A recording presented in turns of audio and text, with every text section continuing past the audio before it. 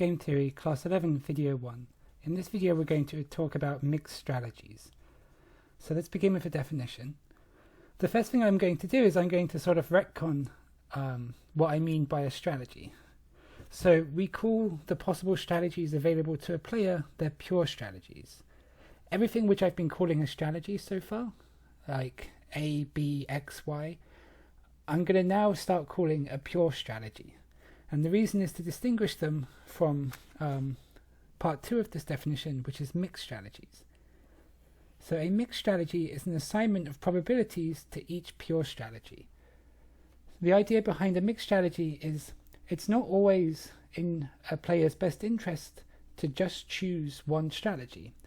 Sometimes it's better to sometimes play one particular pure strategy and sometimes play a different particular pure strategy. And this is where the probability which we were talking about in the previous class comes into this. A mixed strategy is you saying, I'm going to play this like strategy X 20% of the time, and I'm going to play Y 80% of the time. Right? You're going to assign a probability to each of your strategies so that there's some randomness to what you play. So let's do an example of this.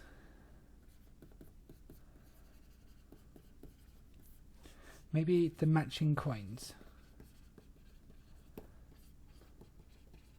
If you remember the matching coins, the game looks a bit like this. I'll draw it in a sec. So there's heads, tails, tails. Player 2 is at the top, player 1 is at the left.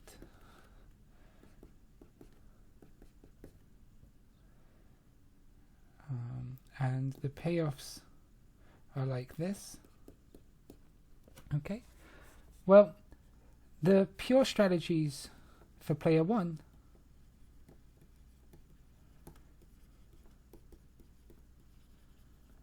are just heads and tails. This is like what we've been doing this whole time.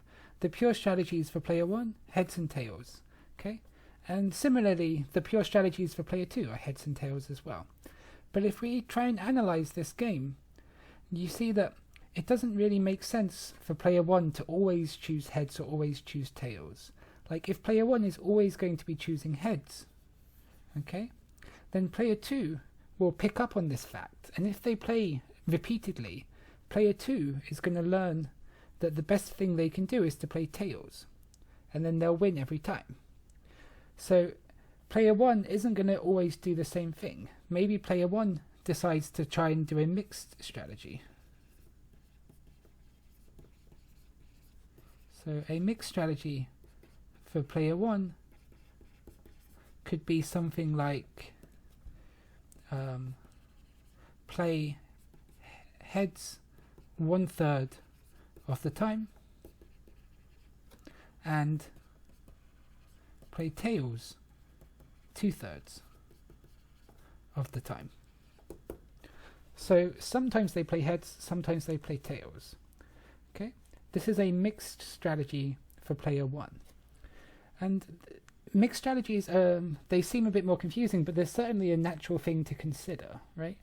What you should keep in mind is if you're playing like rock, paper, scissors with someone, it's not a good idea to always choose the same strategy. Like if you were playing rock, paper, scissors and you always chose rock, your opponent would learn this fact eventually, and then they would just choose paper and beat you every time, right? You can't always choose the same thing every time if you want a reasonable chance of winning.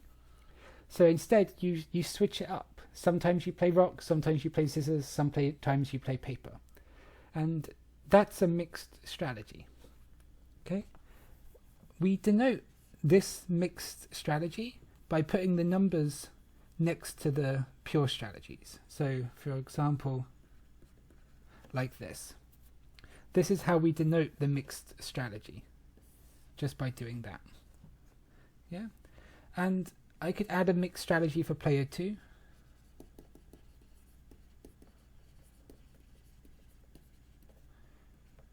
So a mixed strategy for player 2 could be something like play H 1/4 of the time and play tails 3/4 of the time. So that would be 1/4, 3/4, like that. That's a mixed strategy. Obviously, there's infinitely many different mixed strategies, because I could have chosen any probability assignments that I wanted, so long as they're consistent, so long as they add up to 1, right? Like what I just said then is these things here, if you think about it, 1/4 plus 3/4 equals 1. These things here, 1/3 plus 2/3 equals 1. And it's because both players, they have to, in any given iteration of the game, they have to actually play either heads or tails, right? So that means that the probability that they play heads plus the probability that they play tails has to add up to 1. Yeah, but there's infinitely many ways I can make two numbers add up to 1. So there are infinitely many mixed strategies. So mixed strategies definitely adds a new layer of complexity to studying games. Okay, and this is what we're going to be studying for the remaining of the course, mixed strategies. So that's the end of this example, and it's the end of this video.